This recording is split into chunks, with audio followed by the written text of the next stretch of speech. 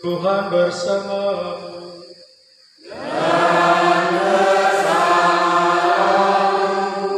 Inilah Injil suci menurut Yohanes.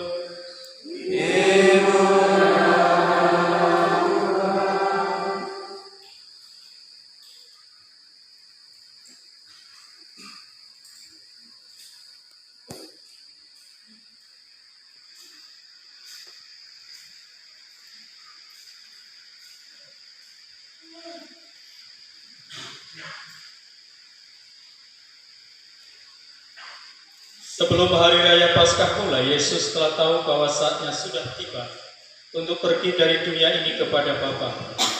Sebagaimana Ia senantiasa mengasihi murid-muridnya, demikian sekarang Ia mengasihi mereka sampai saat terakhir. Ketika mereka sedang makan bersama, Iblis telah membisikkan dalam hati Yudas Iskariot, anak Simon, rencana untuk mengkhianati Yesus. Yesus tahu bahwa Bapa telah menyerahkan segala sesuatu kepadanya dan bahwa Ia datang dari Allah dan akan kembali kepada Allah. Lalu bangunlah Yesus dan menanggalkan pakaiannya. Ia mengambil selai kain lenan dan mengikatnya pada pinggangnya. Kemudian Ia menuangkan air ke dalam sebuah baskom dan mulai membasuh kaki murid-muridnya. Lalu menyekanya dengan kain yang terikat pada pinggangnya itu. Lalu sampailah Ia kepada Simon Petrus. Kata Petrus kepadanya, "Tuhan, Engkau hendak membasuh kakiku?" Jawab Yesus kepadanya, "Apa yang aku lakukan engkau tidak mengerti sekarang, tetapi engkau memahaminya kelak." Kata Petrus kepadanya, "Selama-lamanya engkau tidak akan membasuh kakiku." Jawab Yesus, "Jika aku tidak membasuh engkau, engkau tidak mendapat bagian dalam aku." Kata Simon Petrus kepadanya, "Tuhan, jangan hanya kakiku saja, tetapi juga tangan dan kepalaku."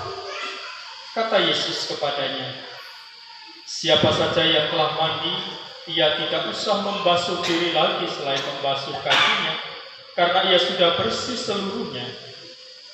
Kamu pun sudah bersih, hanya tidak semua." Yesus tahu siapa yang akan menyerahkan Dia, karena itu Ia berkata, "Tidak semua kamu bersih." Sesudah membasuh kaki mereka, Yesus mengenakan pakaiannya dan kembali ke tempatnya. Lalu Ia berkata kepada mereka, "Mengertikah kamu apa yang telah aku lakukan kepadamu? Kamu menyebut aku guru dan Tuhan, dan katamu itu tepat. Sebab memang akulah guru dan Tuhan. Jadi jika aku Tuhan dan gurumu membasuh kakimu, maka kamu pun wajib membasuh kaki orang lain. Sebab aku telah memberikan suatu teladan kepadamu, supaya kamu juga melakukan seperti yang telah aku lakukan kepadamu." Berbahagialah yang mendengarkan sabda Tuhan dan tekun melaksanakannya.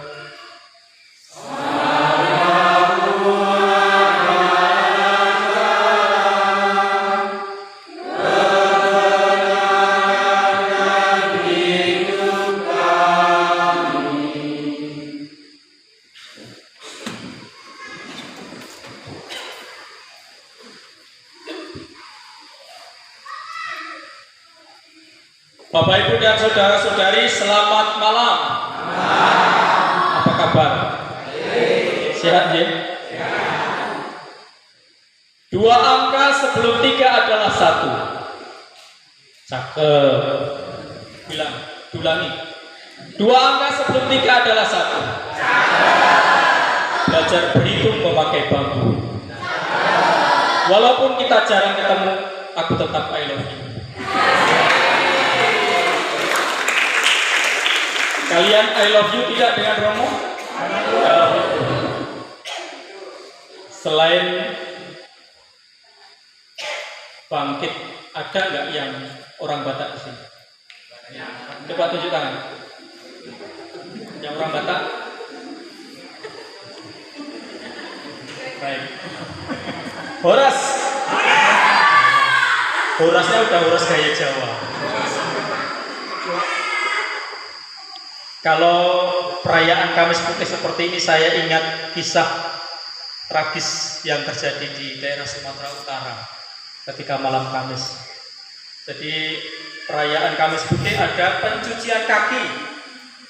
Jadi ada seorang bapak yang tidak diberitahu kepada istrinya bahwa yang akan mencuci kaki nanti itu seorang pastor yang juga adalah tulangnya. Tahu tulang ya? Paman. Posisi tulang itu ibarat pakiling Allah ing donya iki. Jadi orangnya sing wani macam-macam dengan yang namanya tulang.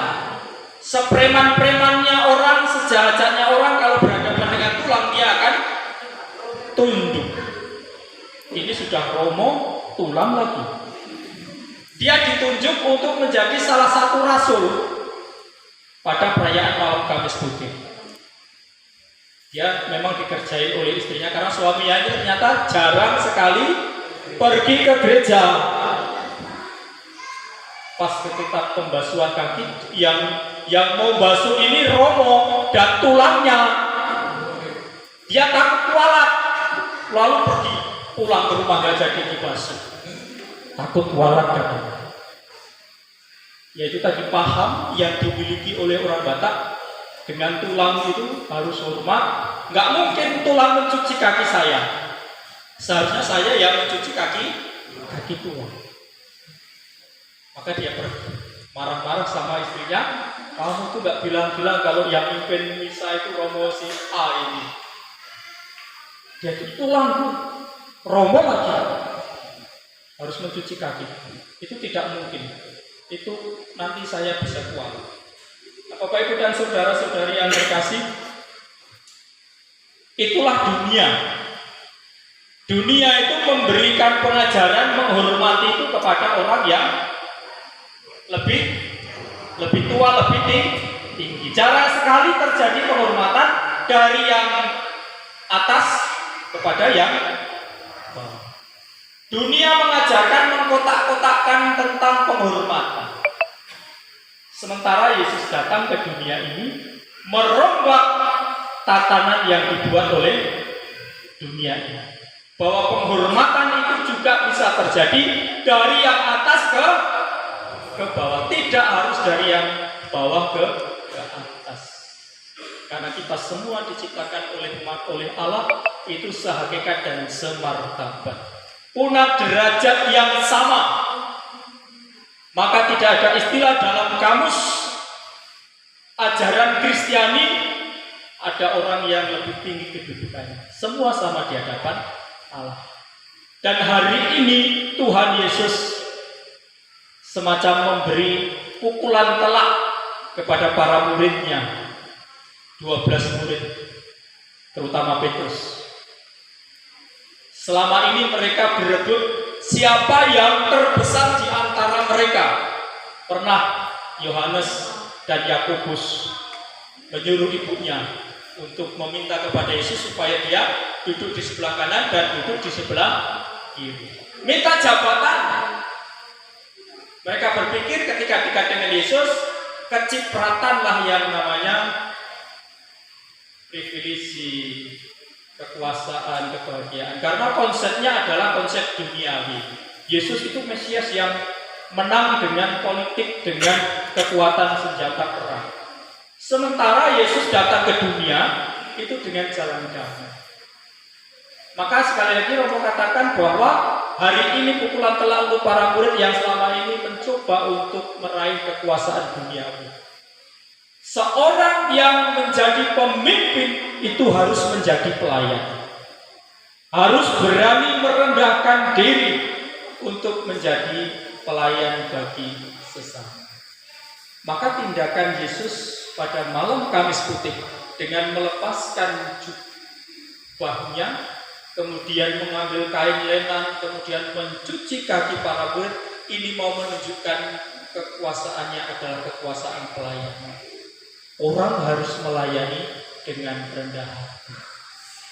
Maka kita diajak sekali lagi untuk meneladan Tuhan Yesus Kristus, karena kita semua itu adalah pelayan dan pelayan yang rendah hati.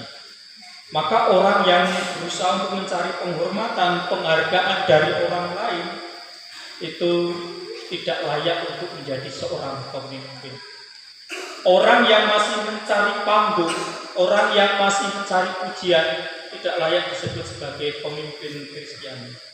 Maka mari kita saling memberi perhatian, saling memberi pelayanan satu sama lain, seperti yang telah diteladankan oleh Tuhan kita Yesus Kristus kepada kita.